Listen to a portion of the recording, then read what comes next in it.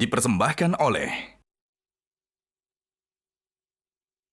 Sahabat Dasar, kita lanjut lagi di Gaspol Sahur.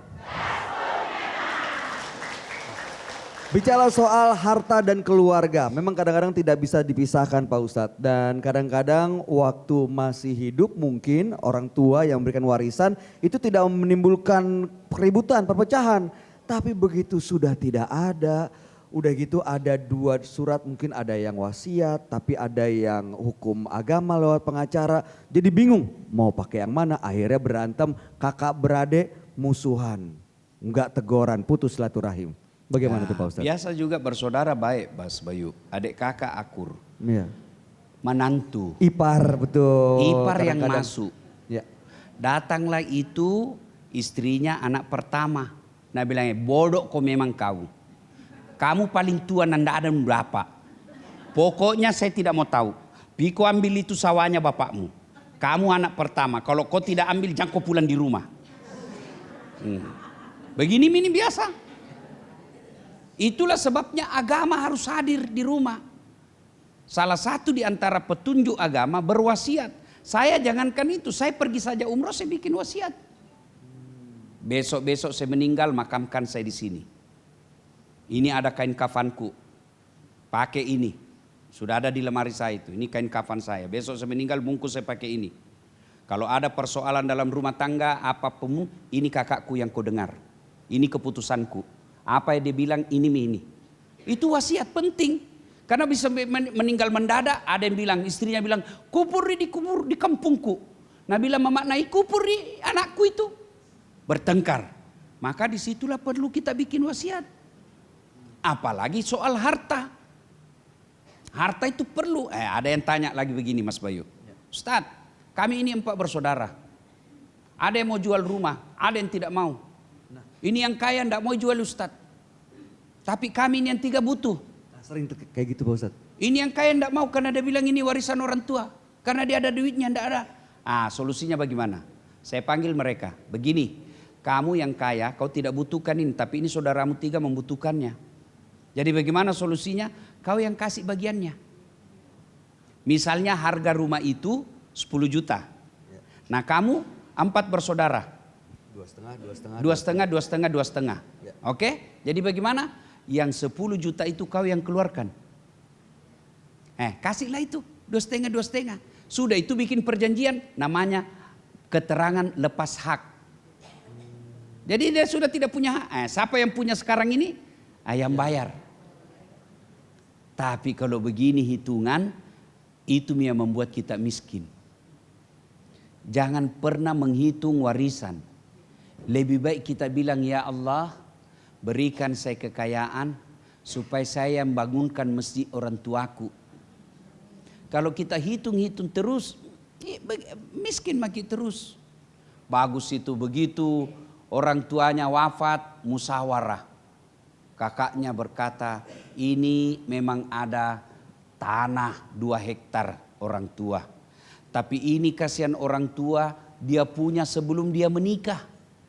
Hak pribadinya ini bapak. Sudahlah tidak sempat dinikmati, kasihan tidak sempat menunaikan ibadah haji. Lebih baik kita jual ini, kita jadikan 1 hektarnya masjid, 1 hektarnya kita jadikan dia sekolah. Selama ini bermanfaat, orang tuanya dapat pahala, anaknya juga dapat amal. Cuma kan kadang-kala ini tidak terpikir karena tidak ada agama. Maka agamalah itu yang bisa membuat rumah tangga bahagia. Bukan harta. Harta memang penting. Tapi berapa banyak kita lihat orang yang hartanya banyak tidak pernah bahagia. Dan tidak sedikit kita lihat orang yang terbatas ekonominya tapi bahagia. Nah Ibu, kita lihat para sahabat, generasi-generasi awal Islam. Banyak orang kaya, tapi dia gunakan kekayaannya bukan untuk keluarganya. Dan dia dikenang sampai sekarang. Yang kalau ibu-ibu pernah ke Madinah, di situ ada hotel. Kalau keluar pintu utama Madinah terus, lalu ada di kafe-kafe, belok kiri sedikit, ada di situ hotel besar namanya Wakaf Utsman bin Affan.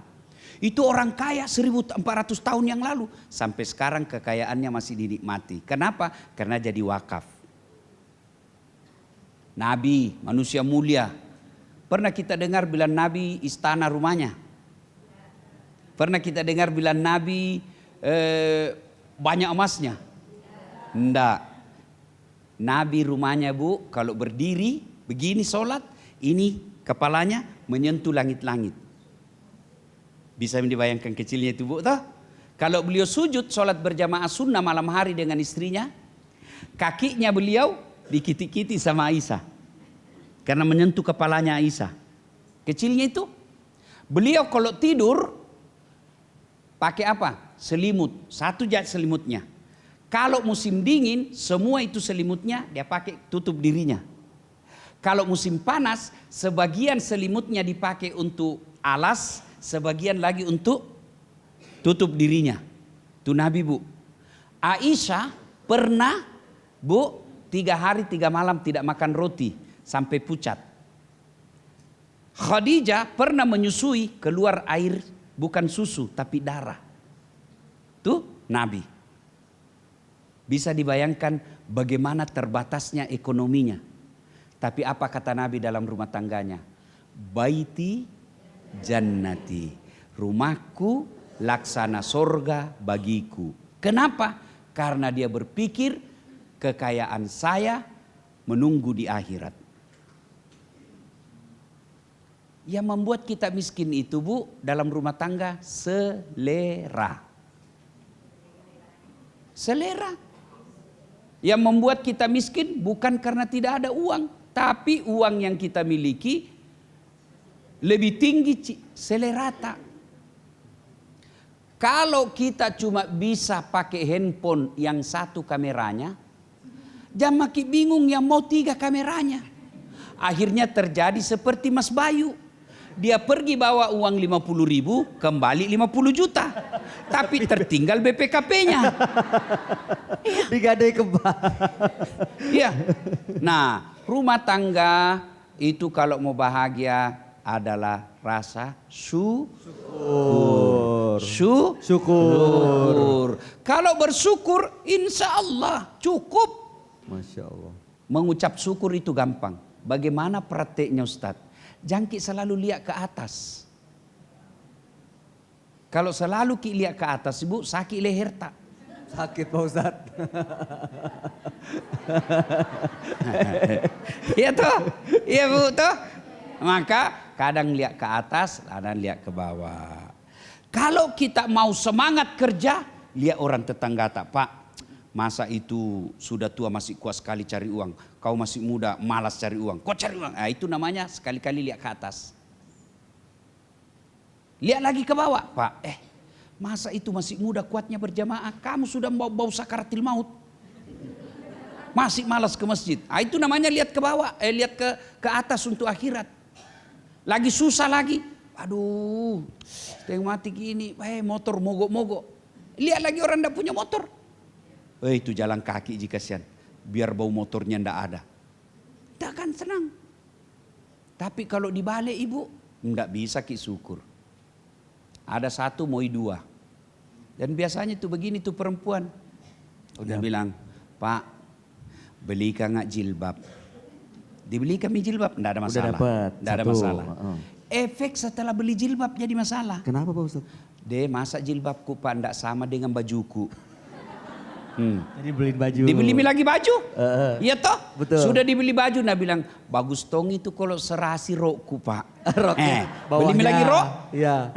Sudah beli rok, nah bilang bagusnya ini kalau sama enunya warnana tasku. Tasnya. Tas lagi. Sudah itu, nah bilang Pak, nah hafal mi orang majelis taklim ini bajuku. Mau lagi ganti. Itu yang membuat Ibu menderita. Saya pernah rasakan Bu. Waktu dulu banyak baju saya Mas Bayu, bingung saya. Ini sudah saya pakai apa belum ya? Ini sudah sekalinya sedikit, anda ada urusan. Cuma nah hina lagi seorang. Begitu seceramah nah bilang, ih itu juga bajunya yang di YouTube. Astagfirullah. Tahan dulu Pak Ustadz. Kita lanjut lagi untuk membahas mengenai harta dan keluarga. Setelah ini buat jamaah yang mau bertanya, monggo silakan langsung disampaikan. Dan kita akan dengarkan pertanyaan dan jawaban dari Ustadz hanya di sini di Gaspol Sahur.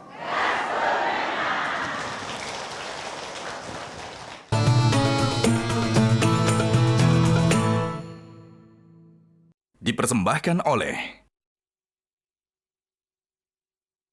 Jelajahi cara baru mendapatkan informasi. Download Metro TV Extend sekarang.